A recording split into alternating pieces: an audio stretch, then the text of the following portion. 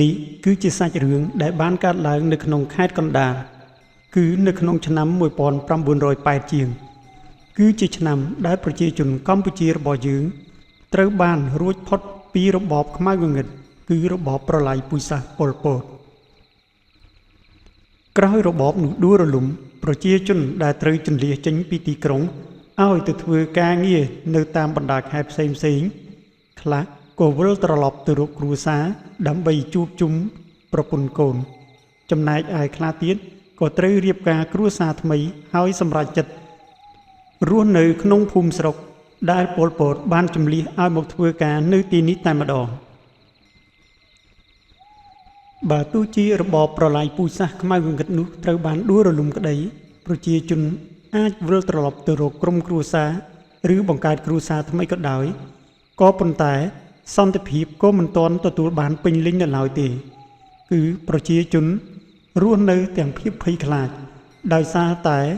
ក្រុមខ្មែរក្រហមដែលមិនទាន់បានចូលរណបជាមួយរដ្ឋាភិបាលពួកគេមានក្រុមដែលនៅលាក់ខ្លួននៅតាមតំបន់ព្រៃនានាហើយតែងតែធ្វើសកម្មភាពស្ទាក់ប្លន់អ្នកដំណើរឬក៏ឈ្មួញដែលធ្វើដំណើរឆ្លងកាត់ដើម្បីជួញដូរពីខេត្តមួយទៅខេត្តមួយ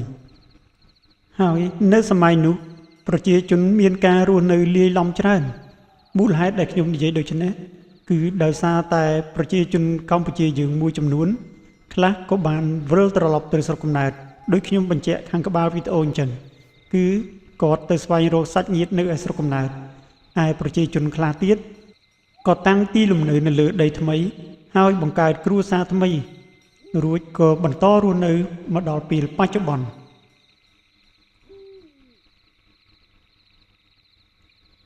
ចំណែកឯលោកអ៊ុំសៀនដែលបងប្អូនស្គាល់ថាគឺជាមិត្តភ័ក្តិរបស់លោកអ៊ុំយ៉នកាលពីវីដេអូភាគមុននោះក្នុងគ្រានោះគាត់ក៏ត្រូវបានជម្លៀសចេញពីខេត្តកំពង់ចាមរួចមកធ្វើការលើកទំនប់នៅឯខេត្តកណ្ដាលដែលទំនប់នោះគឺមានឈ្មោះមកដល់សប្តាហ៍ថ្ងៃគឺទំនប់ទំពាំងដីប្រៃហើយនៅខាងក្រោយទំនប់ទំពាំងដីប្រៃនោះគឺមានទួលមួយដែលគេឲ្យឈ្មោះថាទួលខ្មោចឡានហើយទួលខ្មោចឡាននៅពេលនោះក៏អ្នកស្រុកដែលនៅក្នុងខេត្តកណ្ដាលនោះស្គាល់ច្បាស់ដែរគឺជាជំរុំរបស់មេចៅដែលមានឈ្មោះថានាយកែនដែលនាយកែននេះគេឲ្យរហស្សនាមថាជាមេចៅមុខស្រស់ហើយមូលហេតុដែលគេដាក់រហស្សនាមគាត់ថាមេចៅមុខស្រស់នេះដោយសារតែក្នុងស្រុកក្នុងភូមិគឺគាត់មានការគោរពចាស់ទុំហើយចំពោះមនុស្សចាស់គាត់តែងតែហៅពុកឬក៏ម៉ែហើយញញឹមសម្ដីផ្អែមជាមួយនឹងចាស់ប៉ុន្តែអ្នកណាក៏ដឹងដែរថាគាត់គឺជាមេចៅដែលតែងតែធ្វើសកម្មភាពលួចភូមិនៅក្បែរនេះប៉ុន្តែមិនសូវធ្វើសកម្មភាពលួចនៅក្នុងស្រុកភូមិឯងឡើយមិនត្រឹមតែប៉ុណ្ណោះនាយកែនេះថែមទាំងចេះក្បាច់គុណល្បុក្កតោទៀតផងហើយបាននិយាយពីរឿងមនុស្សស្រីដែលគាត់ស្រឡាញ់វិញបើគាត់ពេញចិត្តនឹងកូនក្រមុំរបស់អ្នកណាហើយនោះគឺគាត់នឹងទៅចាប់កូនក្រមុំរបស់គ្រួសារនោះដោយមិនគិតថាយប់ថ្ងៃឬក៏ព្រឹកនោះឡើយអ៊ុំសៀនបានបន្តទៀតថានៅសម័យនោះអ្នកនៅក្នុងភូមិគ្មាននរណាម្នាក់ហ៊ានជាមួយនាយកែនឡើយដោយសារតែនាយនេះគឺមុខស្រស់ញញឹមហើយនិយាយសម្ដីសុភាពរាបសារជាមួយមនុស្សចាស់មែនប៉ុន្តែគឺជាមនុស្សដែលចិត្តដាច់នឹងកាយសាហាវដោយសារតែបើគាត់មានចំនួនជាមួយនឹងអ្នកណាហើយនោះគាត់ច្បាស់ជាមិនទុកឲ្យដៃគូចំនួនមានជីវិតឡើយគឺនឹងរកពេលណាមួយសម្រាប់ចោលតើបងប្អូនឆ្ងល់ទេថាហេតុអ្វីបានជាអ៊ុំសៀនគាត់ដឹងរឿងទាំងអស់នេះដោយសារតែនៅសម័យនោះដូចជាខ្ញុំបានបញ្ជាក់ខាងក្បាលវីដេអូអញ្ចឹងគឺគាត់ត្រូវបានជន្លៀសពីខេត្តកំពង់ចាមហើយមកធ្វើការលើកទំនប់នៅក្នុងខេត្តកណ្ដាលហើយក៏រស់នៅជាមួយគ្នានៅក្នុងភូមិជាមួយនឹងនាយកែនដែរដូច្នេះហើយសាច់រឿងតាក់ទងជាមួយនឹងនាយកែនគឺគាត់ដឹងបានច្រើន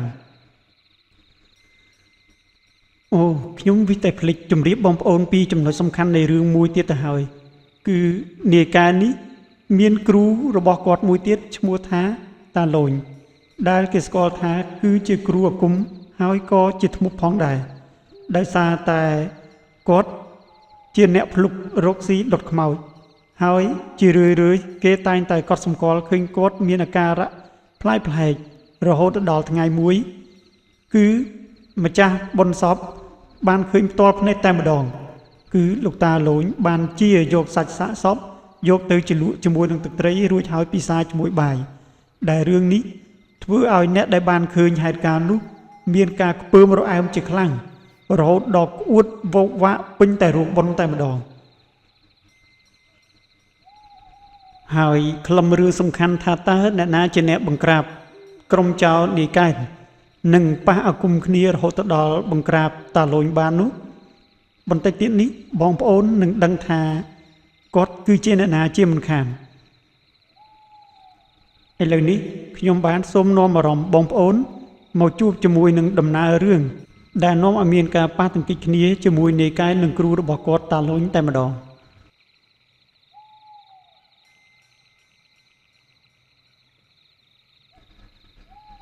នៅសម័យនោះអ៊ំសៀនបានមករស់នៅបណ្ដោះអាសន្ននៅក្នុងភូមិមួយនៅខេត្តកណ្ដាលហើយភាគច្រើនអ្នកស្រុកភូមិនៅក្នុងភូមិគឺប្រកបរបរធ្វើស្រែចម្ការនិងខ្លះទៀតធ្វើការនេសាទនៅតាមដងទន្លេឬក៏បឹងជាដើមហើយចំណែកឯមួយចំនួនទៀតដែលគាត់មានកម្លាំងនិងទំនេរពីកិច្ចការងារចម្ការរបស់គាត់គឺគាត់ដើរស៊ីឈ្នួលគេដូចជាកាប់ដីឬក៏ធ្វើស្មៅកាប់ព្រៃនៅតាមចម្ការអ្នកស្រុកភូមិដទៃទៀត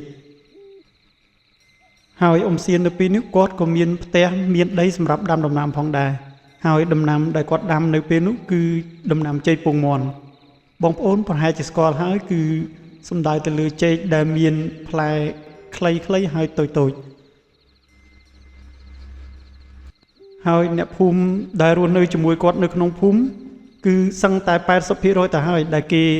ដាំដំណាំចេកពងមាន់នេះគាត់បានបញ្ជាក់ថាអ្នកស្រុកភូមិនៅសម័យនោះគឺស្រឡាញ់រាប់អានគ្នាណាស់មានន័យថាពួកគាត់គឺចែករំលែកគ្នាបានល្អទាំងត្រីសាច់បន្លែនិងដំណាំជុំវិញផ្ទះផ្សេងៗដោយមិនចាំបាច់ចំណាយលុយទៅទិញឬមួយក៏ត្រូវធ្វើដំណើរទៅផ្សារដើម្បីផ្សំគ្រឿងរកបន្លែនេះបន្លែនោះឡើយគឺដំណាំសឹងតែគ្រប់ផ្ទះគឺដាំនៅជុំវិញផ្ទះដំណាំដែលតាក់ទងជាមួយនឹងការយកមកដាំស្លឬមួយក៏បន្លែសម្រាប់ស្លផ្លែឈើសម្រាប់បរិភោគផ្សេងៗគឺមាននៅក្នុងបរិវេណដីទាំងដីចម្ការនិងដីជុំវិញផ្ទះបាននិយាយពីសម្ភារៈប្រើប្រាស់ដូចជាវិទ្យុនិងទូរទស្សន៍នៅសម័យនោះអ្នកដែលមានវិទ្យុនិងទូរទស្សន៍សខ្មៅមើលគឺគេចាត់ទុកថាជាអ្នកមានធូរធារនៅក្នុងស្រុកភូមិហើយពេលដែលដល់ម៉ោងវិទ្យុជាតិឬក៏ទូរទស្សន៍ជាតិចាក់បញ្ចាំងរឿងភាគផ្សេងគឺនាំគ្នាទៅជុំគាត់និយាយថាពេលនោះគឺសប្បាយមែនទែនគឺជុំគ្នាមើលរឿងភាគផ្សេងជួនកាលដល់ម៉ោងដែលវិទ្យុជាតិត្រូវផ្សាយល្ខោននិយាយពួកគាត់នាំគ្នាជុំគ្នាជាមួយនឹងចាស់ហើយស្ដាប់តាមដានរឿងភាគល្ខោននិយាយដូចជាយើងមើលរឿងភាគបច្ចុប្បន្នអញ្ចឹងចំណែកឯក្មេងៗពួកគេគឺសប្បាយនឹងការរត់លេងនៅជុំវិញនោះណាស់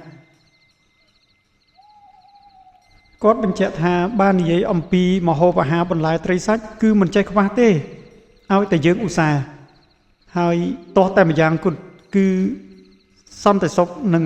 សន្តិភាពគឺមិនទាន់ទទួលបានពេញលេញនោះទេគឺនៅមានក្រុមចោរចេញលួចឆក់ប្លន់ហើយបទឧក្រិដ្ឋកម្មផ្សេងក៏ដូចជាបទល្មើសតាក់ទងជាមួយនឹងការចាប់រំលោភសេធសន្តិវៈលើស្ត្រីក៏នៅសម្បូរដែរហើយ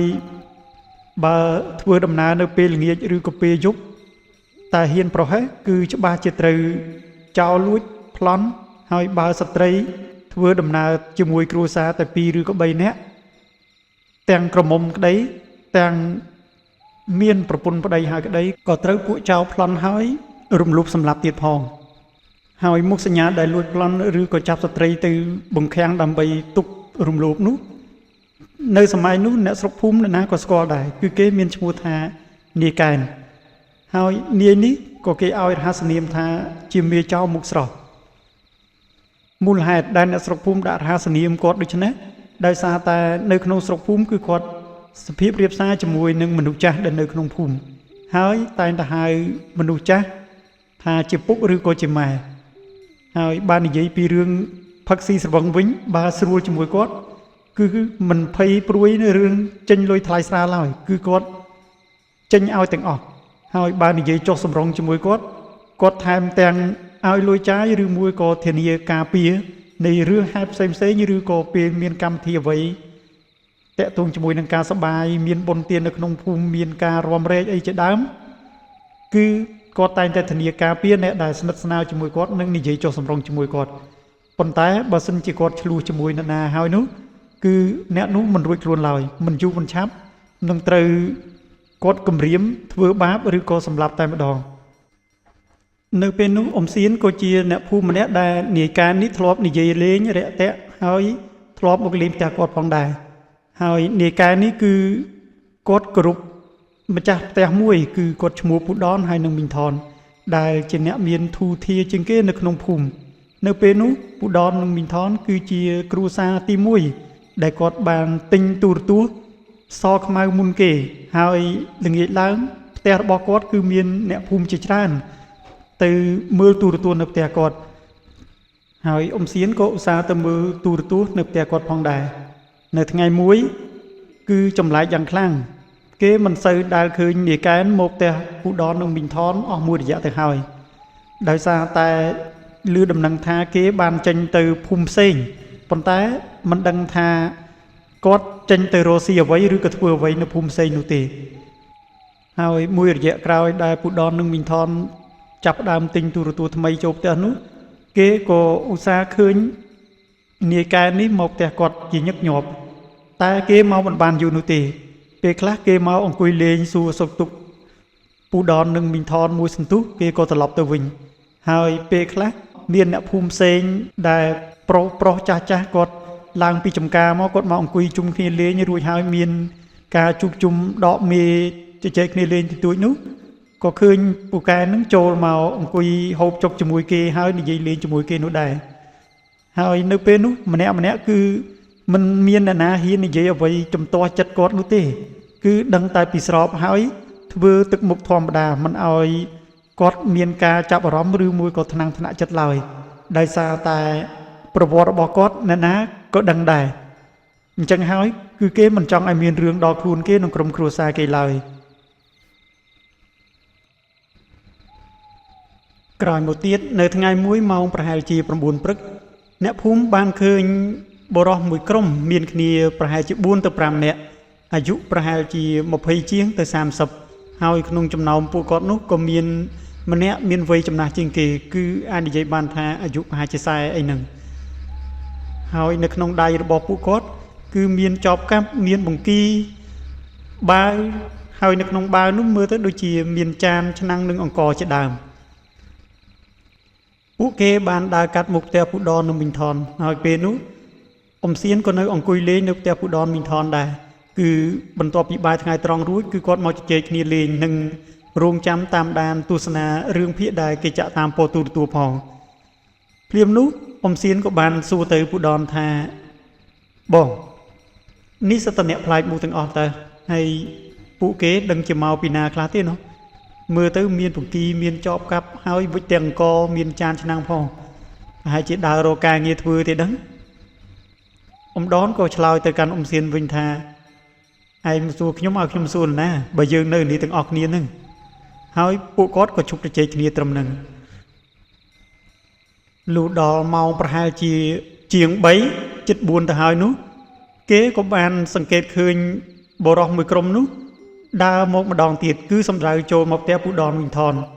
ហើយនៅក្នុងចំណោមពួកគាត់នោះគឺមានបុរសម្នាក់ដែលមានវ័យចំណាស់ជាងគេដែលខ្ញុំនិយាយថាអាយុប្រហែលជាខ្ទង់40នោះបានលើកដៃសំពះជម្រាបសួរទៅកាន់ពូដននិងវិញថនហើយពួកគាត់បាននិយាយថាពួកគាត់បងប្អូនរួមនឹងកូនក្មួយនេះគឺមកពីខេត្តព្រៃវែងពួកគាត់ដើរស៊ីឈ្នួលកាប់ដីនិងរែកដីឲ្យគេហើយឥឡូវនេះគាត់រកបានហើយគឺគាត់ត្រូវស៊ីឈ្នួលរែកដីឲ្យគេគឺគេជីកអណ្ដូងនៅក្បែរមាត់ទន្លេនៅក្រៅផ្ទះរបស់គេអញ្ចឹងទេខ្ញុំឃើញផ្ទះរបស់បងទំនងខ្ញុំគិតសុំបងស្នាក់នៅប្រហែលជាមួយអាទិត្យឬក៏10ថ្ងៃពេលណាដែលខ្ញុំរែកដីម្ចាស់ដែលជួលខ្ញុំនោះរួចហើយគឺ ខ្ញុំនឹងបន្តទៅរកការងារទៀតហើយខ្ញុំនឹងជូនសគុណដល់បងពេលនោះពូដននិងមីងថនក៏មិនបានគិតឬក៏សង្ស័យអីច្រើនដែរគឺគាត់ក៏អនុញ្ញាតឲ្យបុរសមួយក្រុមនោះស្នាក់នៅផ្ទះគាត់ពិតមែនដោយសារតែក្រែនៅមុខផ្ទះរបស់គាត់គឺធំទូលាយហើយណាមួយផ្ទៃដីផ្ទះគាត់ក៏ធំទូលាយគួរសមដែរអញ្ចឹងគ្នារបស់គេ 4-5 នាក់ហ្នឹងគឺអាចសម្រាប់នៅក្រែនៅយ៉ាកខាងមុខបានហើយណាមួយពូដនមីងថនណាក៏គេដឹងដែរគាត់គឺជាមនុស្សដែលចូលចិត្តអាណិតគេហើយមានចិត្តល្អផងដែរពេលនោះបរោះទាំង 4-5 នាក់នោះពួកគាត់សប្បាយចិត្តខ្លាំងណាស់ក៏រៀបចំអីវ៉ាន់ដាក់អម្រែកដែលនៅលើស្មាឬក៏អីវ៉ាន់ដែលគាត់ស្ពាយមកជាមួយនឹងទុកមួយឡែកហើយក៏នាំគ្នាអង្គុយសម្រាកពេលនោះពូដនក៏បានសួរទៅកាន់បរោះដែលមានវ័យចំណាស់ដែលចូលមកជម្រាបសួរសុំអនុញ្ញាតគាត់ស្នាក់នៅនោះថាហើយបងប្អូនមកពីណាដែរពេលនោះបរមម្នាក់នោះក៏និយាយថាអូសិតតែជាសាច់ញាតិកូនក្មួយខ្ញុំទេបងគឺពួកខ្ញុំមកពីខេត្តព្រៃវែង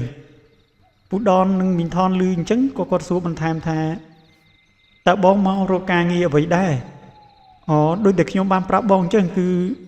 ខ្ញុំទំនេរពីការធ្វើស្រូវស្រែអីហ្នឹងមិនចង់នៅផ្ទះក៏ចេះតែរកលុយបន្ថែមទៅហើយពួកខ្ញុំមកនេះគឺការងារអ្វីក៏ខ្ញុំធ្វើដែរបើត្រូវរែកដីក៏រែកដីឬមួយក៏ស៊ីឈ្នួលសម្អាតចំការឲ្យគេក៏ខ្ញុំធ្វើដែរហើយពេលបានលុយច្រើនគួរសមហើយពួកខ្ញុំនឹងត្រឡប់ទៅផ្ទះវិញហើយផ្ញើលុយទៅឲ្យប្រពន្ធកូនដើម្បីឲ្យកូនបានរៀនសូត្របន្តនិងផ្គត់ផ្គង់គ្រួសារផងពេលនោះមីងថនក៏បានសួរទៅកាន់បរិសម្នាក់នោះថាយីបងអាយុប្រហែលជា40ហើយមិនក៏មិនសម្រាប់នៅផ្ទះឲ្យស្រួលខ្លួនបន្តិចទៅគាត់ក៏បន្តទៅវិញថាខ្ញុំសម្រាប់មិនបានទេបងមនុស្សសាច់កម្មដូចខ្ញុំនេះឲ្យទៅនៅសនុកគឺចេះតែឈឺអញ្ចឹងហើយបានជាទំនេរពីការងារនៅក្នុងស្រុកកំណើតរបស់ខ្ញុំចេះតែដើររកការងារធ្វើទៅហើយណាមួយក្មួយនឹងសាច់ញាតិបងប្អូនរបស់ខ្ញុំនេះគេក៏ពេញកម្លាំងដែរឲ្យគេដើររកការងារស្គាល់សង្គមខាងក្រៅឬមួយក៏ធ្វើការងារទៅប្រសើរជាងឲ្យពួកគេទំនេរដើរលេងនៅផ្ទះអត់ប្រយោជន៍ដែរហើយណាមួយបងកំហៅខ្ញុំបងអីព្រោះថាខ្ញុំមើលទៅគឺបងអាយុបងខ្ញុំទៅទៀតហើយខ្ញុំអាយុប្រហែលជា40ស្ដើងប្រហែលជាតាមខ្ញុំស្មានបងក៏អាយុបងខ្ញុំប្រហែលជា10ឆ្នាំទៅ10ឆ្នាំជាងដែរអញ្ចឹងទេហៅខ្ញុំថាអាងទៅបានហើយបន្ទាប់ពីជជែកគ្នាលេងនិងសួរនាំគ្នាអំពីជីវប្រវត្តិបានបន្តិចបន្តួចក្រោយមកពួកអាងក៏គាត់ស្រែកទៅកាន់គ្នារបស់គាត់ថាពួកឯងនាំគ្នាទៅដាំបាយធ្វើម្ហូបទៅហើយម្ហូបដែលយើងយកមកហ្នឹងធ្វើឲ្យច្រើនទៅដើម្បីឲ្យបងប្រុសបងស្រីម្ចាស់ផ្ទះគាត់ពិសាផងពេលនោះពូដននិងមីងថនគាត់ក៏និយាយថាអូមិនអីទេបងអូនធ្វើឲ្យហូបគ្រប់គ្រាន់គ្នាបងអូនទៅខ្ញុំក៏មានម្ហូបដែរហើយមើលខ្វះខាតអីប្រាប់ខ្ញុំមកបន្លែបន្លុកគ្រឿងស្លហូបចុកអីគឺមាននៅក្នុងផ្ទះបើខ្វះខាតអីចាំប្រាប់ខ្ញុំមកពេលនោះពួកអាងគាត់ក៏និយាយពាក្យថាអរគុណហើយនៅថ្ងៃនោះម៉ោងប្រហែលជា6ល្ងាចទៅហើយក៏ស្រាប់តែមានភ្លៀងមួយមេធំពេលនោះគឺមេឃភ្លៀងខ្លាំងណាស់គឺភ្លៀងបន្តរហូតជិត2ម៉ោងឯណោះពេលដែលភ្លៀងចាប់ដើមរាំងសឹងតែដាច់ដំណក់ហើយគឺនៅរលឹមតិចគ្នាដែលមកជាមួយនឹងពូអាងដែលពួកគេគឺជាកំឡោះពេញកម្លាំងផងនោះក៏បានសួរទៅកាន់ពូដននិងមីងថនថាអ៊ំខ្ញុំសុំទៅខាងក្រោយផ្ទះឬក៏ដីចំការក្រោយផ្ទះដើម្បីរកមើលម្ហូបអាហារបន្តិចពេលនោះពូដននិងមីងថនគាត់ឆ្ងល់ណាស់ថារកមើលម្ហូបអីបើជាដីចំការហ្នឹងដីបឹងគឺនៅក្រោយនោះគាត់ក៏សួរថាអីចឹកក្មួយចង់ទៅរកអីនៅខាងក្រោយផ្ទះនៅដីចំការហ្នឹងអូគឺខ្ញុំទៅរកអាគ្រឿងឆ្ងាញ់ហ្នឹងណាអ៊ំគឺគីងគក់ហ៊ីងកង្កែបអីហ្នឹងណាព្រោះថានៅខាងខ្ញុំនោះឲ្យតែមេឃភ្លៀងគឺខ្ញុំដើរជ្រកកង្កែបនឹងរកត្រីរហូតហ្នឹងពេលនោះមីងថនរៀងភ្ញាក់ផ្អើលបន្តិចដែរក៏សួរថាហាហើយក្មួយហូបរបស់ទាំងអស់ហ្នឹងដែរពួកគេក៏នាំគ្នាសើចអ៊ំចាំមើលតែខ្ញុំចាប់បានហើយធ្វើម្ហូបឲ្យអ៊ំសាក់មើលតិចថាញ៉ាំចង់ហូបហើយចង់ហូបម្ដងទៀតចុះពួកគាត់ និយាយរួចក៏នាំគ្នារៀបចំអីវ៉ាន់ចេញទៅមានបាវមានកំបិតអីជាដើមហើយមុននឹងចេញទៅពួកអាងក៏បានប្រាប់ទៅគ្នារបស់គាត់គឺនិយាយរួមថាក្មួយដែលមកជាមួយគាត់នឹងថាពួកឯងបើទៅរកមហូបឲ្យច្បាស់ជារកមហូបកុំទៅប៉ះពាល់ដំណាំឬក៏បិចបោចផ្លែឈើអីរបស់គេឲ្យសោះព្រោះថាមកទឹកដីរបស់ស្រុកភូមិរបស់បងប្រុសបងស្រីកុំមានដៃមានជើងឲ្យសោះរកបានអមូលមកធ្វើមហូបហើយឆាប់ត្រឡប់មកវិញកុំឲ្យយប់ជ្រៅពេកពេលនោះពួកគាត់ក៏បានឆ្លើយថាបាទហើយក៏ដើរចេញទៅបានប្រហែលជា1ម៉ោងក្រោយមកពួកគាត់ក៏ត្រឡប់មកវិញជាមួយនឹងបាវដែលមានដាក់អ្វីពេញខ្លះសឹងតែពេញមួយបាវហើយខ្លះទៀតបានកន្លះបាវពេលដែលចាក់មើលទៅគឺសុទ្ធតែគីង្គក់កង្កែបហើយនឹងហ៊ីងហើយពេលនោះពួកគាត់គឺបែងចែកមុខម្ហូបធ្វើដាច់ដោយឡែកពីគ្នាដោយគីង្គក់គាត់បានយកទៅកាត់ក្បាលរួចហើយប្រឡាត់យកស្បែកវាចេញនៅសល់តែសាច់ហើយពេលនោះដោយសារតែសត្វទាំងអស់នោះវាស៊ីចំណីសត្វល្អិតធម្មជាតិផងគឺសាច់វាណែនហើយធាត់ណាស់ចំណែកឯសត្វហ៊ីងវិញពួកគាត់យកទៅក្រឡុកជាមួយនឹងទឹកអំបិលដើម្បីឲ្យវាអស់រំអិលបន្ទាប់ពីក្រឡុកនឹងទឹកអំបិលរួចមកហ៊ីងខ្លះក៏វាសន្លប់ឯខ្លះទៀតក៏វាស្លាប់ទៅបន្ទាប់មកពួកគាត់ក៏យកទៅប្រឡាក់គ្រឿងម្ដងទៀតមានអំបិលស្ករប៊ីចេងអីជាដើម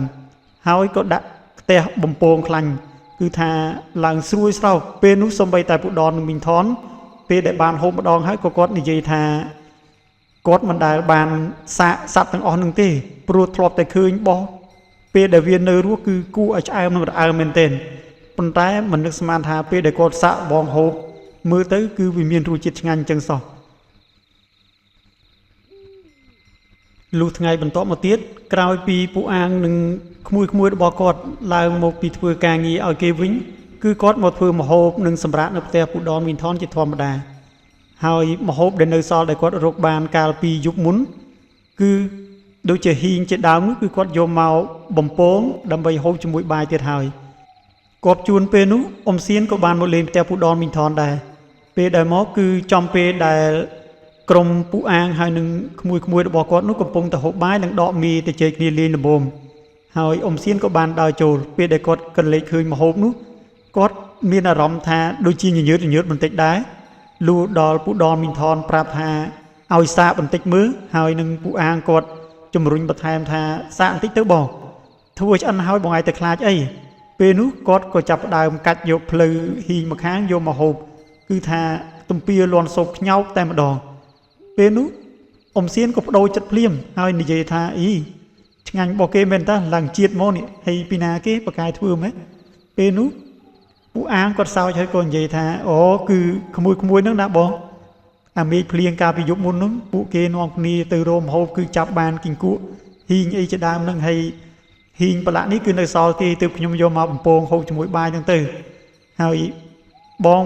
ចូលមកអង្គុយលេងជាមួយពួកខ្ញុំមកដកមេតិចទៅជែកគ្នាលេងបងពេលនោះអ៊ំសៀនគាត់ក៏មិនប្រកែកដែរគាត់ក៏បានចូលទៅអង្គុយលេងជាមួយនឹងពូអាងហើយដកមេទៅជែកគ្នាលេងពីនេះពីនោះសួរនាំពីស្រុកកំណើតពីឈ្មោះពីអីជាដើមចឹងទៅឃើញថាពួកគាត់ទៅជែកចូលគ្នាមែនទែនបានមួយសន្ទុះក្រោយមកពួកគាត់ក៏បានឃើញនាយកែនដើរចូលមកតែម្ដងហើយពេលនោះនាយកែនក៏បានញញឹមហើយនិយាយមកកាន់ពូដនមីងថនថាពូមីងអង្គុយជុំគ្នាល្អណាស់ណោះហើយបានមហូបអីគេពូដនមីងថនគាត់ក៏និយាយទាំងទឹកមុខស្មើថាអូនេះបងហើយនឹងក្មួយហ្នឹងមកពីខាងព្រៃវែងហើយគេរកមហូបមានហ៊ីងមានអីហ្នឹងខ្ញុំទើបតែហូបលើកទី1ដែរហ្នឹងពេលនោះពូកែនក៏គាត់ចូលមកអង្គុយថាអូបងមកពីខាងព្រៃវែងអីហើយបងមកធ្វើការងារអីមែនពេលនោះពូអាងក៏គាត់និយាយទៅកាន់ពូកែនដោយសម្ដីសុភាពរៀបសារធម្មតាគាត់និយាយថាអូគឺខ្ញុំមកស៊ីឈ្នួលរមើកាប់ដីឬក៏រែកដីឲ្យគេនោះណាឲ្យតែមានអ្នកណាហើយគឺខ្ញុំធ្វើហើយប្អូនជាអ្នកនៅស្រុកភូមិនេះមែនពេលនោះពូកែនក៏និយាយថាខ្ញុំនៅស្រុកភូមិនេះតើបងហើយនៅស្រុកភូមិនេះគឺទៅណាមកណាងាយស្រួលណាបងគឺមិនសូវមានអ្នកណា hiền miền sầm đầy chơi rư muối có rực pi ấy cao cái nữa tê pe nú phụ án cốt có chậm lại trong chất đa thà cốt mình bàn xu rư nữ phó rương ấy có kỳ hiền dây rư nâng chùm muối cốt tại cốt chỉ nẹt chậm nô tham ấy cốt có mình kết ấy về chẳng ai đây cứ cốt sầm rùa thua chỉ thom mà đào bên thà nâng ấy bỏ hay ở lấy xã mơn tịnh mơ chẳng ai nhót pe nú nia cái kia có lược hiền dột mà mưa rồi hả thà nghĩ mưa tới đuôi tùm nôn đây ta phần tay nhóm bị đà mắt đôi chim mình đà hổ bà nó bòn chân chân thế nè phụ khơi cao viên nơ rúa đuôi là ăn là như mấy tê đà hỏi tới phụ áo có con gì thà bọn ai xã xâm tới tích nham đôi bòn thằng này phía núi nia cái kia cô lư xã mùi mặt mền hai kia còn gì thà ngăn tới hỏi phía núi nia cái kia cô xông lư cao xã chui cho mùi nâng ông xiên nâng phụ àng rùm cho mùi nâng mùi bỏ phụ àng cứ kế thưa chỉ thom đá đôi chỉ cho sầm rồng này lũ bàn mùi sân tú nia cái kia có xua từ căn phụ đo mi thon thà y pu mi tiếp từ tinh tu tham ấy ấyហើយមិនដែរមីតម្លៃពេលនោះពូដននឹងមីថនក៏គាត់និយាយថាអើយក្មួយអើយគ្មានទៅថ្លៃអីប្រហែលទេរបស់នេះនោះគ្រាន់តែបានកែអបសុបអញ្ចឹងដែរនាកែនពេលនោះគេក៏សើចរួចហើយក៏និយាយថានឹងឯមីគ្រាន់បើជាងអត់អីមើលដែរនិយាយអញ្ចឹងខ្ញុំប្រញាប់ដែរមីងពូខ្ញុំគិតសុំលាទៅវិញត្រឹមហ្នឹងហើយចាំថ្ងៃក្រោយចាំជួបគ្នាទៀតពេលដែលនាកែនដើរចេញទៅបាត់ពូដនមីងថនហើយនឹងអ៊ំសៀនក៏ងាកមើលមុខគ្នាហើយពូដនក៏ដកដង្ហើមធំហាក់ដូចជាធូរទ្រូងនឹងរឿងអ្វីមួយពេលនោះពូអាងឃើញអញ្ចឹងក៏គាត់សួរទៅពូដនថាបងមិនក៏បងដកដង្ហើមធំដូចជាធូរទ្រូងដូចជាបានរួចផុតពីស្អីមួយអញ្ចឹងពេលនោះពូដននឹងមីងថនក៏គាត់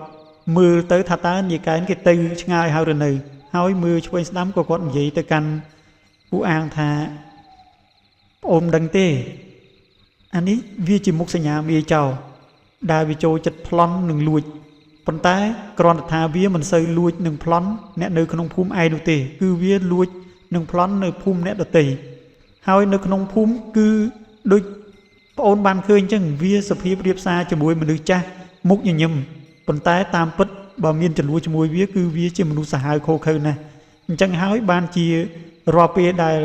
គ្រប់គ្នាបានជួបវាគេតែងតែធ្វើជាធម្មតាហើយធ្វើដូចជារាក់ទាក់ដើម្បីកុំឲ្យវាចាប់អារម្មណ៍នឹងមានការថ្នាំងថ្នាក់ចិត្តខ្លាចវាគុំគួនអញ្ចឹងទៅហើយខ្ញុំក៏ភ័យដែរដែលវាមកផ្ទះខ្ញុំទៅថ្ងៃនេះហើយដែលចម្លែកនោះគឺវាសួររឿងទូទៀតខ្ញុំខ្លាចតែមុខសញ្ញាបន្ទាប់ដែលត្រូវវាលួចនោះគឺផ្ទះខ្ញុំនេះឯងទេមើលទៅពេលនោះពួកអាងគាត់ក៏ញញឹមតិចហើយនិយាយថាមនុស្សស្គាល់មុខតែមិនស្គាល់ចិត្តទេបងហើយមនុស្សសម្គាល់មនុស្សល្អឬអាក្រក់ក៏មិនអាចសម្គាល់ឬពាក្យសម្ដីភ្លាមបានដែរសម្ដីផ្អែមក៏មិនប្រកាសថាជាមនុស្សល្អឃើញសម្បុរសក៏មិនប្រកាសថាស្អាតខាងក្នុងដែរមួយវិញទៀតមនុស្សស្អាតល្អគឺមិនសម្គាល់ទៅលើរូបរាងខាងក្រៅនោះទេគឺយើងត្រូវសិក្សាស្វែងយល់ពីជំរឿចិត្តខាងក្នុងនិងអត្តចរិតហើយណាមួយវិញទៀតខ្ញុំក៏នៅមានអារម្មណ៍រៀងរអៀខ្លួនចំពោះបងដែរដោយសារតែខ្ញុំជាអ្នកចំណូលថ្មីហើយមកសុំស្នាក់នៅផ្ទះបងចឹងទៀតខ្ញុំខ្លាចតែបងគិតថាខ្ញុំគឺជាមនុស្សអាក្រក់ទេពេលនោះពូដននឹងមីងថនគាត់ក៏ញញឹមហើយនិយាយទៅវិញថាមាននរណាប្អូនខ្ញុំមានដែរតែគិតទៅលើប្អូនអញ្ចឹងឯណាខ្ញុំក៏ជាមនុស្សចេះមើលមនុស្សដែរខ្ញុំគិតថាប្អូនមិនមែនជាមនុស្សបែបហ្នឹងនោះទេពេលនោះពួកគាត់ក៏នាំគ្នាសើចលុះរំលងបានពី3ថ្ងៃពេលដែលពូដនត្រឡប់មកពីដីចំការរបស់គាត់វិញក៏ឃើញវត្តមានបកអ៊ំសៀនដើរមករកពូដនហើយគាត់ក៏សួរនាំអំពីដំណាំដែលដាំនោះថាតើយ៉ាងម៉េចទៅហើយពូដនក៏ឆ្លើយរៀបរាប់ទៅតាមសភាពជាក់ស្ដែងក្រោយមកអ៊ំសៀនក៏និយាយជាមួយនឹងអ៊ំដនថាបងឯងទុកចិត្តអ្នកដែលមកពីខាងក្រៅ 4-5 នាក់ហ្នឹងឯងមើលទៅប្រយ័ត្នផងបងគេថាឈើកោងវពតមនុស្សខ្ចាត់ប្រត់កំយកខ្លួនបៀតខ្លាចតែល្អនៅមុខយើងតិចមានគោលបំណងអីផ្សេងពីហ្នឹងក៏យើងមិនដឹងដែរណាបងពេលនោះពូដនក៏ឆ្លើយទៅកាន់អ៊ំសៀនថាមិនអីទេខ្ញុំក៏ចេះប្រយ័ត្នប្រយែងដែរណាមួយផ្ទះរបស់ខ្ញុំនោះដូចជាគ្មានទ្រព្យសម្បត្តិអីសំខាន់ ដែលជាគោលដៅធ្វើឲ្យគេចង់លួចចង់បានអីនោះទេមានតែទូរទស្សន៍មួយហ្នឹងហើយមួយរយៈដែលពួកគេមកស្នាក់នៅនេះគឺពួកគេមកធ្វើការងាររបស់គេពិតមែនគឺមិនមានលាក់បាំងអីនោះទេគ្នាគ្រាន់តែមកធ្វើម្ហូបហើយសម្រាប់ពេលយប់ពេលព្រឹកនិងថ្ងៃគឺធ្វើការបាត់អញ្ចឹងហើយដូចជាមិនគួរឲ្យមានអីសង្ស័យនោះទេណាមួយបើយើងមានការសង្ស័យទៅលើមនុស្សល្អថ្ងៃក្រោយគឺពិបាកនឹងរកមិត្តភាពល្អចូលមកក្នុងជីវិតរបស់យើងណាអ៊ំសៀនក៏ឆ្លើយទៅកាន់ពូដនវិញថាមិនអីទេបងបើបានដូចបងនិយាយចឹងខ្ញុំក៏សប្បាយចិត្តដែរខ្ញុំនិយាយនេះគ្រាន់តែខ្ញុំបារម្ភជំនួសប៉ុណ្ណោះហើយខ្ញុំក៏មិនសូវជាសង្ស័យអីទៅលើពួកគាត់ដែរបារម្ភនឹងបង្ការទុកមុនប៉ុណ្ណោះពូដនគាត់ក៏ញញឹមរួចហើយក៏ហៅអ៊ំសៀនឲ្យអង្គុយលេងនៅផ្ទះប៉ុន្តែអ៊ំសៀនក៏គាត់និយាយថាខ្ញុំមិនសូវទំនេរដែរហ្នឹងណាបងគឺគ្រាន់តែឃើញបងមកខ្ញុំឆ្លៀតមកនិយាយរឿងនឹងខ្លះបើបងច្បាស់ថាមិនអីទៅហើយក៏មិនអីទៅខ្ញុំសុំលាបងទៅផ្ទះវិញហើយទៅធ្វើការងារផ្ទះនិងមើលការងារចំការផងពេលនោះពូដនគាត់ក៏និយាយថាមិនអីទេអញ្ចឹងទៅចុះខ្ញុំគិតរកសម្រាប់បន្តិចដែរលុះស្អែកឡើងម៉ោង7យប់ទៅហើយមេឃក៏ចាប់ផ្ដើមភ្លៀងម្ដងទៀតពេលនោះគឺភ្លៀងខ្លាំងមិនចាញ់ថ្ងៃមុននោះទេហើយក្មួយរបស់ពូអាងក៏បាននិយាយទៅកាន់ពូអាងម្ដងទៀតថាពួកគេចង់ទៅរកម្ហូបទៀតហើយពេលនោះពូអាងក៏គាត់មិនបាននិយាយអ្វីដែរព្រោះដឹងថាពេលមេឃភ្លៀងអញ្ចឹងពួកគេចូលចិត្តចេញទៅរកម្ហូបដូច្នេះឯងណាមួយគឺវាជួយសម្រាលការចំណាយទិញម្ហូបផងដែរលុះដល់ពេលម៉ោង 7:09 មេឃរាំងភ្លៀងដាច់គ្រាប់ដំណក់ភ្លៀងទៅហើយស្រាប់តែឃើញពួកគេមកជាមួយនឹងម្ហូបមិនច្រើនដូចមុននោះទេហើយថែមទាំងស្រែកពីចម្ងាយពីក្រោយផ្ទះមកទៀតផងថាជួយផងអ៊ំពូអារ៉េនត្រូវពូចឹកហើយពេលនោះពូដនក៏បានស្ទុះទៅយ៉ាងលឿនជាមួយនឹងពូអាងហើយគឺបានទៅគ្រាពូរ៉េនយកមកដាក់នៅលើគ្រែពិតមែនពេលនោះពូដនក៏ប្រាប់ឲ្យគ្រប់គ្នាយកកណាត់យកអីចងរួចហើយគាត់ក៏ទៅរកមើលថ្នាំហើយពូអាងក៏និយាយថាកុំដាក់ឲ្យវាដេកនៅលើគ្រែអីបងដាក់ឲ្យវាដេកនៅលើដីផ្ទាល់ទៅហើយមិនបាច់ក្រាលកាទៀលទេដោះអាវស្រាតខោវែងវាទៅទុកតែខោខ្លីបានហើយឲ្យវាដេកនៅផ្ទាល់ដីទៅពេលនោះពូដនហើយនឹងក្មួយក៏មានការឆ្ងល់ដែរថាហេតុអីបានជាពូអាងប្រាប់ឲ្យពួកគាត់ធ្វើដូច្នេះពេលនោះទោះបីជាឆ្ងល់យ៉ាងណាក៏ដោយក៏ពួកគេធ្វើតាមពូអាងដែរគឺដោះអាវរបស់ម្នាក់ឈ្មោះរ៉េននឹងចេញរួចហើយស្រាតខោវែងចេញទុកតែខោខ្លីហើយឲ្យគេដេកផ្ទាល់ដីពេលនោះពូអាងគាត់ក៏ចាប់ផ្ដើមយកកណាត់មករុំចងរួចហើយក៏ទៅរូតកបោតរបស់គាត់បានមើមស្អីទេយកមកបុកនៅក្នុងត្បាល់ពេលដែលបុកមកហើយគាត់ក៏ចាប់ផ្ដើមបិទពីលើរួចហើយមាត់របស់គាត់ដូចជាសូនអីម្យ៉ាងនោះទេធ្វើឲ្យបងរ៉េនដែលត្រូវពូចឹកនោះស្រែកយ៉ាងខ្លាំងគឺស្រែកដូចជាឈឺចាប់ណាស់អញ្ចឹងពេលនោះក៏ស្រាប់តែពឹសពណ៌ខ្មៅរបស់ពូនោះគឺចាប់ផ្ដើមហៀចេញជ្រាបមកក្នុងថ្នាំដែលគាត់បិទពីលើមុខរបួសដែលមានស្នាមពូចឹកនោះបន្តិចម្ដងពេលនោះម្នាក់គឺបើកភ្នែកមើលធំហើយក៏មិននឹកស្មានថាពូអាងដែលគាត់មកនេះគឺគាត់ចេះព្យាបាលនិងចេះបល័យស្ដោះពឹសពោះអញ្ចឹងសោះហើយបន្ទាប់មកបានមួយសន្ទុះគេក៏បានឃើញពស់មួយក្បាលវាលមកហើយអោនក្បាលក្រាបនៅទីនោះបន្ទាប់មកវាក៏វាលត្រឡប់ទៅវិញ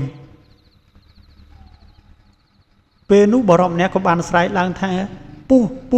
ស់វាមកហើយនោះពស់វាមកហើយវាក្រាបនៅនោះ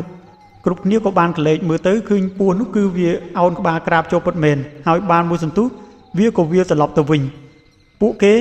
ស្ទុះរកតែទៅវាយពស់នោះសម្លាប់ចោលទៅហើយក៏ប៉ុន្តែពូអាងបាននិយាយថាមិនបាច់ទៅតាមវាយវាទេវាគឺជាម្ចាស់វាមកយករបស់វាទៅវិញពេលណាដែលរបស់វាទៅដល់វាវិញហើយគឺវានឹងស្លាប់ដោយខ្លួនឯងហើយម្នាក់បើកភ្នែកធំហើយមើលមុខគ្នាដោយការងឿងឆ្ងល់លុះបានប្រហែលជាកន្លះម៉ោងក្រោយមកអាការៈរបស់បុរសម្នាក់ឈ្មោះរ៉េន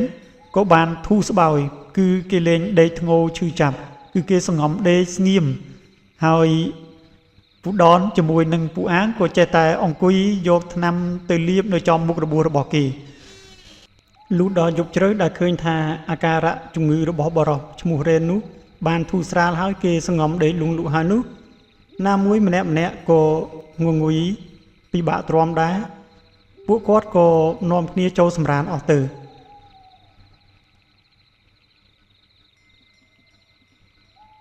ដល់ពេលព្រឹកឡើងម៉ោងប្រហែលជា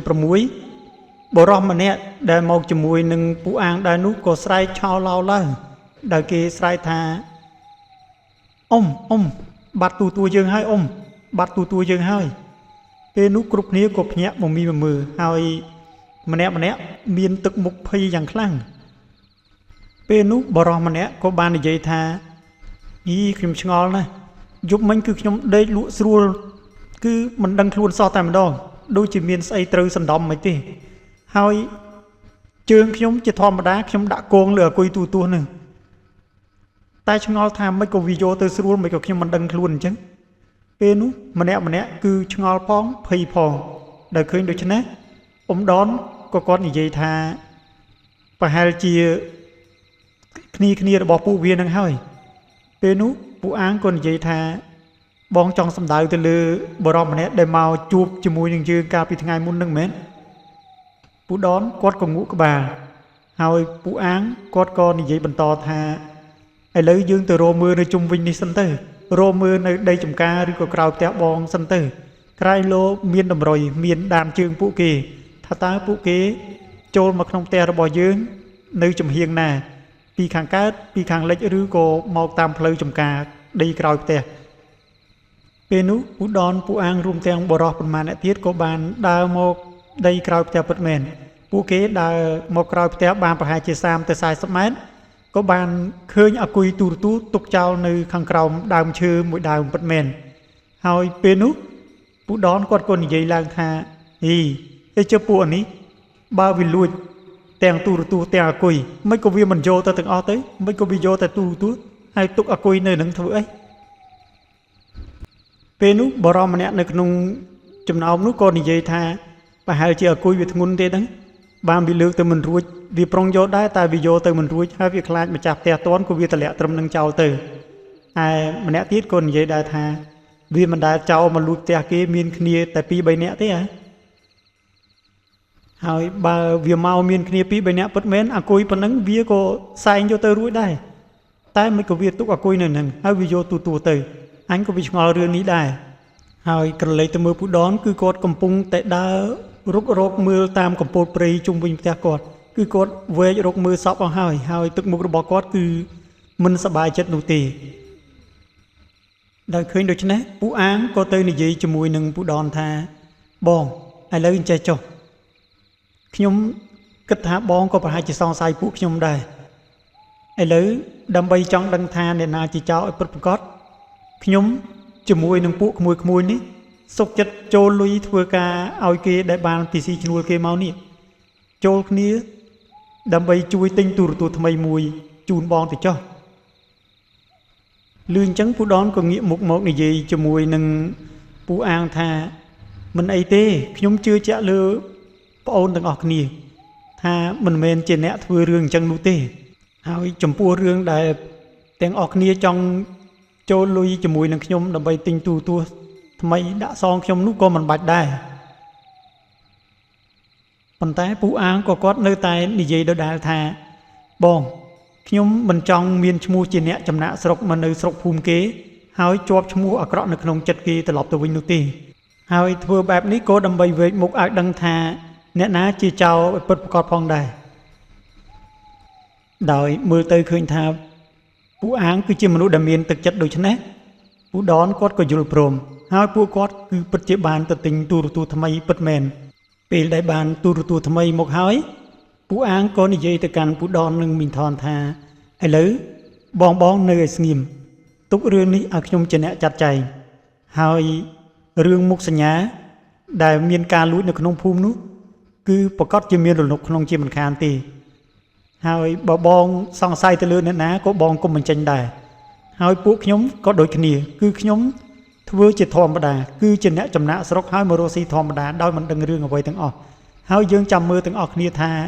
ពេលដែលយើងបានរបស់ថ្មីយកមកដាក់ផ្ទះនេះអ្នកណាគឺជាអ្នក មកសួរនាំឬមួយក៏មកសួរសុខទុក្ខយើងនិយាយល្អរូបយើងចាំសម្គាល់ទៅដឹងហើយពេលនោះពូដនក៏សួរទៅកាន់ពូអាងថាតើប្អូនមានវិធីអីមែនទេពូអាងគាត់ក៏ញញឹមតិចហើយនិយាយទៅកាន់ពូដនថាមានដែរបងចាំតែមើលទៅដឹងហើយលុះរំលងបាន2ថ្ងៃក្រោយពេលដែលពូដននិងពូអាងរួមទាំងបរោះ3-4នាក់ទៀតកំពុងតែអង្គុយហូបបាយជុំគ្នានោះគេក៏បានឃើញបរោះវ័យជំទង់ម្នាក់ដែលមានខ្នងគោមគេមិនដែលហៅឈ្មោះចំនោះទេគឺអ្នកស្រុកភូមិហៅថានីគមគេក៏បានដើរចូលមកហើយនិយាយលេងជាមួយនឹងពូដនមីងថនរួចនីគមក៏បានសម្លឹងមុខ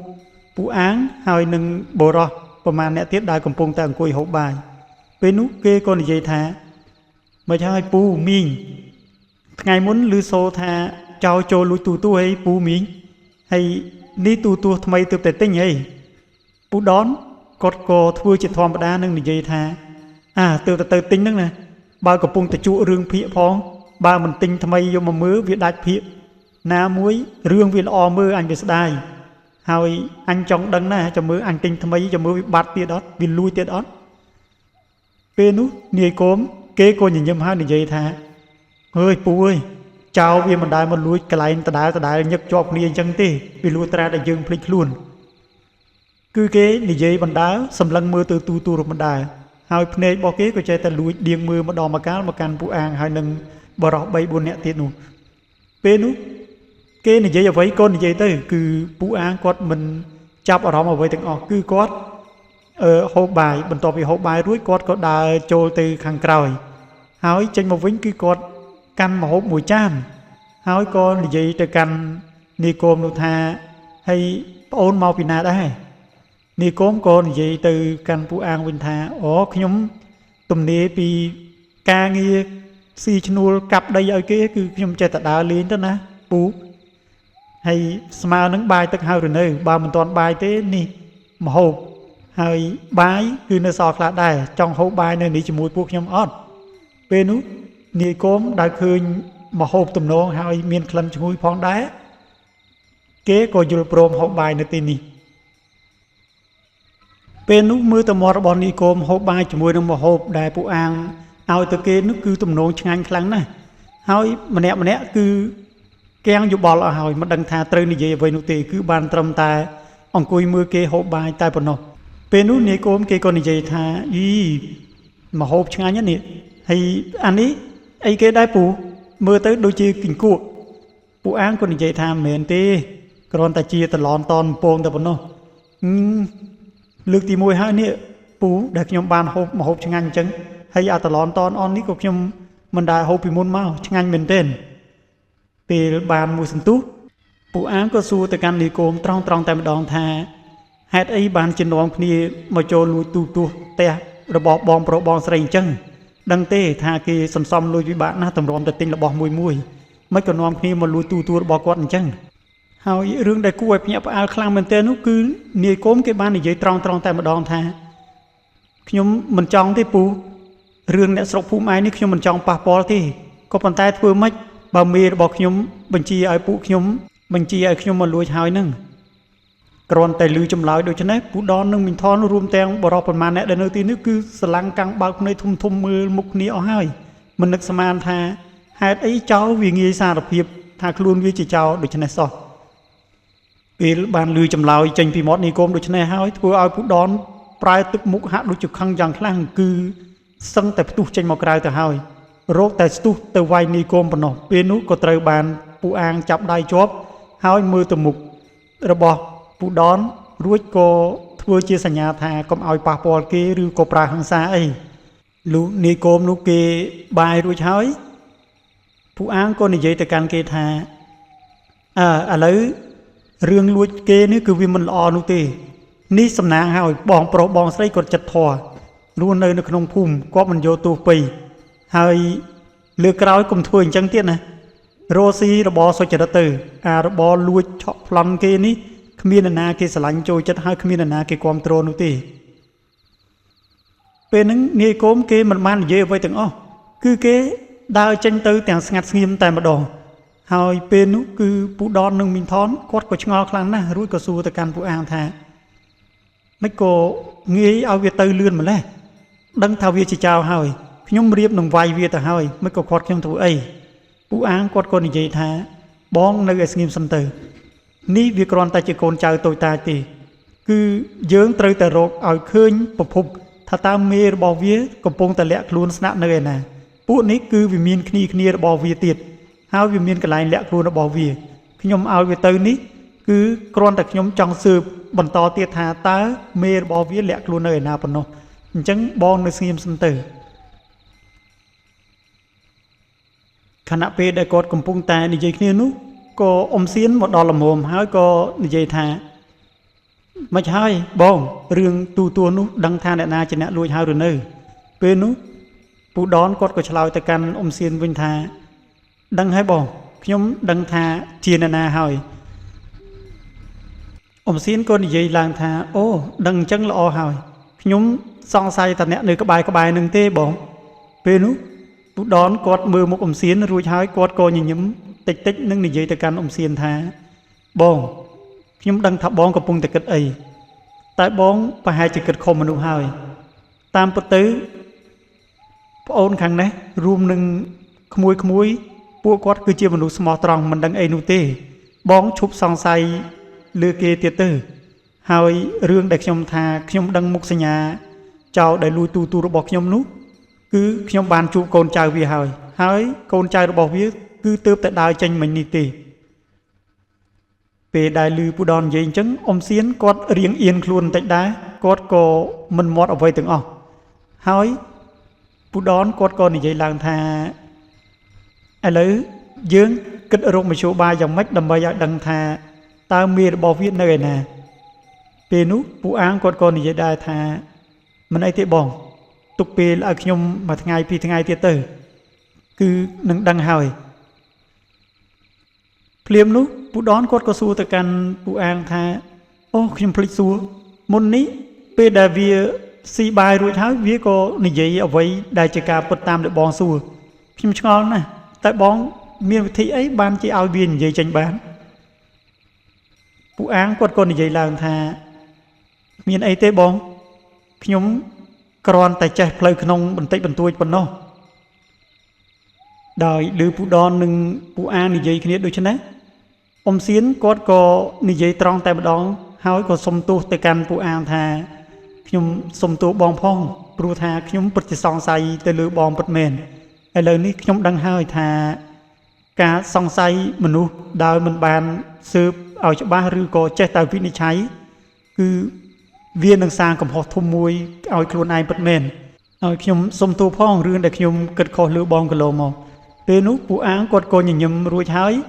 ដើរទៅជិតនឹងចាប់ដៃអ៊ំសៀនហើយនិយាយថាមិនអីទេបងធម្មតាយើងស្គាល់គ្នាដំបូងវាតែងតែមានការបន្ទុកចិត្តគ្នាអញ្ចឹងហើយឥឡូវយើងឈប់គិតពីរឿងហ្នឹងទៅតាមដែលខ្ញុំគិតប្រហែលជាមិនយូរទេ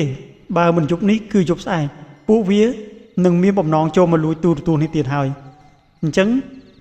ទាំងអស់គ្នាគឺត្រៀមចិត្តត្រៀមកាយឲ្យហើយទៅពេលនោះពូដនក៏សួរទៅកាន់ពូអាងថាហេជើប្អូនប្រុងធ្វើយ៉ាងម៉េចពូអាងគាត់ក៏និយាយទៅកាន់ពូដនវិញថាមិនអីទេបងចាំតែមើលទៅគ្នាវាមកប្រមាណអ្នកគឺខ្ញុំចាប់ប៉ុណ្ណឹងលុះដល់ពេលល្ងាចបន្ទាប់ពីបាយរួចពូអាងគាត់ក៏បានរៀបចំលំដាប់គ្រូមួយថាសជាមួយនឹងកំណាត់ឈើដែលគាត់សម្រួចឲ្យស្រួចមាន9កំណាត់រួចគាត់ក៏ធ្វើកិច្ចសូត្រឲ្យផ្លុំទៅលើកំណាត់ឈើនោះបន្ទាប់មកគាត់ក៏យកកំណាត់ឈើនោះយកទៅបោះកប់នៅក្នុងដីនៅជុំវិញបរិវេណផ្ទះតែម្ដងហើយបងប្អូនដឹងទេថាតើវិធីដែលគាត់កំពុងតែធ្វើនេះគេហៅថាវិធីអ្វីនេះគេហៅថាមុនពតស្នឹងចាស់ពីដើមដែលគាត់ចេះរបៀនគឺគាត់ប្រើមុនពតស្នឹងនេះគឺដើម្បីការពារដីដំណាំឬក៏ផ្ទះរបស់គាត់ពីចោរចូលលួចទ្រព្យសម្បត្តិអីជាដើមលុះពេលវេលាចូលមកដល់រំលងអាត្រៀតពួកគាត់ទាំងអស់គ្នាគ្មាននរណាម្នាក់តន់សម្រាននោះទេប៉ុន្តែគឺពួកគាត់សម្រានធ្វើដូចជាកំពុងតែសម្រានលងលក់អញ្ចឹង មិនយូរប៉ុន្មានគេក៏ឮសម្រាប់ជើងនិងសំឡេងមនុស្សជជែកគ្នារងំមកពីបរិវេណដីខាងក្រោយផ្ទះរបស់ពូដនដោយពួកគេនិយាយថាប្រយ័ត្នប្រយែងដើរមើលក្រោមមើលអីប្រយ័ត្នមានមេឈើងាប់ឬមួយក៏ជន់របស់អីដែលធ្វើឲ្យភ្ញាក់ម្ចាស់ផ្ទះពេលដែលពួកគេនិយាយគ្នានោះអ្នកគ្រប់គ្នានៅក្នុងផ្ទះគឺសុទ្ធតែឮនិងដឹងទាំងអស់ប៉ុន្តែដោយនិយាយគ្នាពីពេលល្ងាចរួចហើយគឺពួកគាត់គ្មាននរណាម្នាក់បញ្ចេញសម្លេងធ្វើឲ្យដឹងថាមានមនុស្សកំពុងតែមិនទាន់សម្រាននោះទេគឺសិតតែធ្វើពុតជាសម្រានលក់ទាំងអស់លួមួយសន្ទុះក្រោយមកក៏ឮមាត់គ្នាគេម្នាក់និយាយថាយីអានេះដើរពីអ្នកអញសុកហើយវាដើរទៅណាវាបាត់ពេលនោះគឺឮសម្លេងដើរទៅមកហាក់ដូចជាពួកគេកំពុងតែរកគ្នាអញ្ចឹងហើយមួយសន្ទុះសម្លេងម្នាក់ទៀតក៏និយាយឡើងថាយីអានេះមកគ្នាពីរ3នាក់ហើយវាឲ្យអញចូលផ្ទះគេតែម្នាក់ឯងហើយឥឡូវមេឃនឹងងឹតឲ្យឈឹងមើលអីមិនយល់សោះហើយដើរមួយថ្ងៃហើយដូចជានៅតែក្នុងព្រៃក្រៅផ្ទះគេដដែលអញច្បាស់ណាស់ថាព្រៃក្រៅផ្ទះហ្នឹងដូចជាមិនធំមិនវែងដល់ម្លឹងទេដីហ្នឹងចុះមិនក៏ដើរនៅតែកន្លែងដដែលអញ្ចឹងពេលនោះពូអាងក៏ក្រោកដើរលបរួចហើយទៅខ្សឹបប្រាប់ដនដោយសំឡេងខ្សៅថាបងឯងចាំមើលពួកហ្នឹងវាដើរទល់ភ្លឺវាទៅណារួចទេបងវាជាប់នៅក្នុងសេមាមុនស្នឹងរបស់ខ្ញុំហើយឲ្យវាដើរសិនទៅដល់ពេលរៀងភ្លឺស្រាងច្បាស់ចាំយើងចូលទៅចាប់ចងវាតែម្ដងហើយពេលនោះពួកគាត់ពិតជាគ្មាននរណាម្នាក់ចូលសម្រានហើយអង្គុយមើលពួកចៅនោះវាដើររហូតដល់មេចិត្តភ្លឺពិតប្រាកដមែនឃើញថាគ្នាវាពីរនាក់នោះគឺវាដើរទៅដើរមកកន្លែងដដែលបើនិយាយពីដានជើងវិញសឹងតែទូដីអស់ហើយម្នាក់ដូចជាអស់កម្លាំងល្វើយទៅហើយនោះដល់ពេលមេឃភ្លឺច្បាស់បន្តិចពូអាងរួមជាមួយនឹងពូដននិងក្មួយដែលមកជាមួយគាត់នោះក៏នាំគ្នាចូលទៅចាប់ចងបរិសុទ្ធពីរនាក់នោះតែម្ដងដល់ពេលព្រឹកឡើងម៉ោងប្រហែលជា7-8ដំណឹងដែលពូដនបានចាប់បានចោលដែលបំរុងចូលលួចទូផ្ទះគាត់នោះក៏ចាប់ផ្ដើមដឹងដល់អ្នកស្រុកហើយអ្នកស្រុកភូមិក៏ផ្អើលឈូឆរនាំគ្នាមកមើលក្រុមចៅនោះមានអ្នកខ្លះខឹងស្អប់ទប់កំហឹងមិនបានក៏នាំគ្នាស្វាគមន៍ចៅទាំងពីរអ្នកនោះម្នាក់ម្ដាយមួយជើងទៅគឺថាពេលនោះចៅនោះគឺត្រូវឡើងទ្រាំខ្លួនជាដំណំតែម្ដងរហូតដល់ថ្ងៃបន្តិចគុំតែបានមេភូមិមកតន់ហើយសុំធានាយកពួកគេដើម្បីទៅកាត់ទោសតាមផ្លូវច្បាប់ម្ល៉េះចៅទាំងពីរអ្នកនោះគឺត្រូវអ្នកស្រុកភូមិប្រើច្បាប់ព្រៃហើយកាត់ទោសប្រហារជីវិតគេយកទៅទម្លាក់ទឹកទន្លេផងក៏មិនដឹងក្រោយមកចៅទាំងពីរអ្នកនោះក៏ត្រូវបានសមត្ថកិច្ចនិងអាជ្ញាធរដែនដីបញ្ជូនទៅកាត់ទោសតាមផ្លូវច្បាប់លុះដល់ពេលស្ងាត់មនុស្សត្រឡប់ទៅផ្ទះរៀងខ្លួនពូដននិងមីងថនក៏និយាយទៅកាន់ពូអាងថាខ្ញុំមិននឹកស្មានថាប្អូនចេះរបៀនអាគមហើយអាចចាប់ចោលបានដូចនេះសោះខ្ញុំស្មានថាប្អូនគឺជាមនុស្សធម្មតាទេដំបូងខ្ញុំរៀងឆ្ងល់បន្តិចដែរថាប្អូនប្រហែលជាអ្នកចេះហើយមើលទៅព្រោះថាកាលដែលក្មួយម្នាក់ដែលត្រូវពូចឹកនេះគឺឃើញប្អូនបុកថ្នាំផងសោតផងហើយក៏ព្យាបាលជាខ្ញុំក៏ចាប់ផ្ដើមគិតថាប្អូនប្រហែលជាចេះប៉ុន្តែខ្ញុំមិននឹកស្មានថាប្អូនចេះខ្លាំងដល់ម្លឹងនោះទេពេលនោះពូអាងគាត់ក៏និយាយឡើងថាមិនខ្លាំងអីទេបងគ្រាន់តែតិចតួចទុកការពារខ្លួនតែប៉ុណ្ណោះហើយណាមួយកុំតន់អាលសบายចិត្តអីព្រោះថាយើងទើបតែចាប់បានកូនចៅរបស់ពួកវាទេនៅមេវាទៀតឮថាមេវាក៏ជាអ្នកខ្លាំងដែរមែនទេបងពូដនក៏ឆ្លើយទៅកាន់ពូអាងថាខ្ញុំមិនសូវច្បាស់ដែរតែឮថារាល់ពេលដែលវាចេញធ្វើសកម្មភាពលួចនៅស្រុកភូមិដទៃគឺមិនដែលមាននរណាចាប់វាបាននោះទេហើយធ្លាប់ឮគេនិយាយតគ្នាថារាល់ពេលដែលចង់ចាប់វាឲ្យតែវារត់ចូលទៅក្នុងកពតព្រៃឬមួយក៏បាំងដើមឈើណាមួយគឺវាដូចជាចេះបំបាំងកាយអញ្ចឹងគឺគ្មាននរណាម្នាក់បានឃើញវាដើរចេញពីកន្លែងនោះទៀតទេ ហើយមួយសន្ទុះក្រោយមកវាក៏ដើរចេញនៅកន្លែងផ្សេងទៅវិញធ្វើឲ្យគេគ្រប់គ្នាមានការឆ្ងល់ជាខ្លាំងហើយតាំងពីនោះមកដល់ឥឡូវមិនទាន់មាននរណាបង្ក្រាបវាបានឡើយអូមួយវិញទៀតវាក៏ចេះក្បាច់គុណផងដែរព្រោះធ្លាប់អ្នកដែលមានទំនាស់ប៉ះពាក្យសម្ដីគ្នាហើយឆ្លោះគ្នារហូតដល់វាតបគ្នានោះគឺមិនដែលមាននរណាម្នាក់វាឈ្នះវានោះឡើយហើយវានេះគឺជាមនុស្សដែលគុំអាក្រក់ណាស់មិនងាយលើកលែងឲ្យអ្នកណាដែលមានទំនាស់ជាមួយវាឡើយគឺ3 4នាក់មកហើយនៅក្នុងភូមិទាំងក្នុងភូមិនិងនៅក្រៅភូមិគឺមួយរយៈក្រោយដែលឆ្លោះជាមួយវាហើយតែងតែត្រូវវាលបវាយគេកាប់គេរបួសធ្ងន់ឬមួយក៏ខ្លះឈានទៅដល់ស្លាប់ក៏មានរួចវាក៏រត់ចោលស្រុកបានមួយរយៈប្រហែលជា 3-4 ខែវាក៏ត្រឡប់មកស្រុកវិញជាធម្មតាហើយគ្មាននរណាម្នាក់ធ្វើអីវាបានឡើយ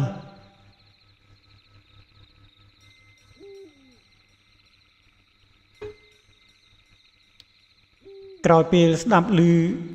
ពូដននិយាយរៀបរាប់ដូច្នេះពូអាងគាត់ក៏ដកដង្ហើមធំហើយនិយាយថារឿងវាមិនចប់ងាយទេបងបើតាមបងរៀបរាប់មកគឺវាប្រកាសជានឹងមករកយើងវិញជាមិនខានណាមួយកូនចៅរបស់វា2នាក់ត្រូវយើងចាប់បានទៀតអញ្ចឹងវាប្រកាសជាមិនអោយរួចខ្លួនឡើយហើយអ្នកដែលត្រូវប្រយ័ត្នជាងគេគឺបងតែម្ដងជាមួយនឹងក្រុមគ្រួសារប៉ុន្តែមិនអីទេបងណាមួយការងាររបស់ខ្ញុំក៏មិនទាន់រួចរាល់ដែរខ្ញុំនៅទីនេះបានមួយរយៈទៀតចាំខ្ញុំជួយបងដោះស្រាយបញ្ហានេះចុះពូដននិងមីងថនរួមទាំងអ៊ុនសៀនដែលនៅទីនោះពេលឮដូច្នេះគឺធ្វើឲ្យពួកគាត់មានអារម្មណ៍រំភើបណាស់គាត់ក៏និយាយទៅកាន់ពូអាងថាមិនគួរណាប្អូនជាអ្នកចំណាក់ស្រុក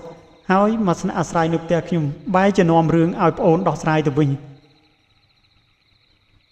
ពូអាងគាត់ញញឹមហើយឆ្លើយទៅកាន់ពូដននិងមីងថនថាមិនអីទេបងមួយរយៈដែលខ្ញុំមកស្នាក់នៅផ្ទះបងនេះគឺខ្ញុំដឹងថាបងប្រុសបងស្រីគឺជាមនុស្សល្អណាស់គឺបងយកចិត្តទុកដាក់ជាមួយនឹងពួកខ្ញុំហើយណាមួយទៀតរបស់ហូបចុកអីផ្សេងគឺបងមិនចេះលាក់លៀមនោះទេបងគឺជាមនុស្សដែលចែករំលែកហើយចិត្តល្អទៀតខ្ញុំមានអារម្មណ៍ថាដូចជាស្និទ្ធស្នាលដូចជាក្រុមគ្រួសារអញ្ចឹងពេលនោះអ៊ំសៀនក៏បានសួរទៅកាន់ពូអាងថាបងចុះយើងគិតធ្វើយ៉ាងម៉េចទៀតបើសិនជាពួកវាមករកយើងមែននោះពូអាងគាត់ក៏និយាយថាមានយ៉ាងម៉េចបងគឺមានតែទប់ទល់ជាមួយនឹងគេនឹងហើយខ្ញុំហ៊ានសន្និដ្ឋាន 100% ថាគឺគេប្រកាសជាលេងផ្លូវងងឹតមកកាន់យើងហើយពីព្រោះថាតាមដែលខ្ញុំស្ដាប់ប្រវត្តិទ្រូទៅនាយម្នាក់នោះក៏គេជាអ្នកចេះមន្តអាគមខ្លាំងដែរអញ្ចឹងគឺគេមិនមកទាំងស្រស់ឬមួយក៏មិនបង្កការវាយតប់នៅក្នុងស្រុកភូមិជាសាធារណៈនោះទេប្រកាសជាលេងផ្លូវក្នុងមកជាមិនខានបើគេលេងផ្លូវក្នុងមកយើងក៏ត្រូវតែទប់ទល់តាមរបៀបផ្លូវក្នុងវិញដូចគ្នានិយាយដល់ចំណុចនេះអ៊ំសៀនក៏បានលន់មកឡើងថាអូបើនិយាយពីរឿងផ្លូវក្នុងមន្តអាគមអីហ្នឹងខ្ញុំមានមិត្តភ័ក្តិរបស់ខ្ញុំម្នាក់ដែរវានោះក៏មិនធម្មតាដែរគឺវាឈ្មោះថាអាយ៉នមិនម៉ាចាំខ្ញុំផ្ដាំផ្ញើតាមអ្នកដែលមកលក់អីវ៉ាន់ឆ្លងខេត្តផ្សេងដែលអាចស្គាល់វាគឺខ្ញុំនឹងផ្ដាំឲ្យវាមកទីនេះតែម្ដងពេលនោះពូអាងគាត់ក៏និយាយឡើងថាមិនអីទេបងចង់ផ្ដាំផ្ញើឲ្យគាត់មកក៏មកទៅចុះប៉ុន្តែ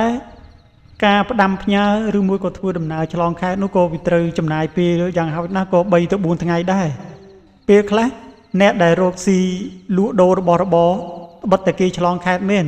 ក៏ប៉ុន្តែក៏មិនមែន 3-4 ថ្ងៃគេអាចត្រឡប់ទៅដល់ផ្ទះរបស់គេវិញបានដែរពេលខ្លះអាចចំណាយពេល10ថ្ងៃពេលខ្លះឈានទៅដល់កន្លះខែក៏មានដែរអញ្ចឹងខ្ញុំគិតថាពួកនេះមិនទុកយូរឡើយយ៉ាងយូរយប់ស្អែកឬក៏យប់ខាងស្អែកហ្នឹងគឺវាច្បាស់ជាមកសងសឹកយើងវិញជាមិនខានទេណាស់ហើយបើវាមកគឺ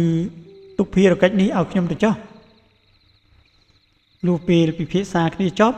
គឺជាពេលថ្ងៃត្រង់ដល់ម៉ោងបាយហើយពេលនោះពូដនហើយនឹងមីងថនក៏បានខាត់ឲ្យអ៊ំសៀននៅពិសាបាយជុំគ្នាជាមួយនឹង គាត់ហើយនឹងពូអាងដែរហើយនៅល្ងាចនោះដោយសារតែអ៊ំសៀនមានអារម្មណ៍ថាកាន់តែស្និទ្ធស្នាលជាមួយនឹងពូអាងគាត់ក៏បានទៅចាប់មន់មួយធំគួរសមដែរហើយក៏យកមកធ្វើម្ហូបយ៉ាងឈ្ងុយពេញទាំងផ្ទះតែម្ដងហើយពួកគាត់ក៏បានអង្គុយដកមីទៅជែកគ្នាលេងយ៉ាងសប្បាយរីករាយ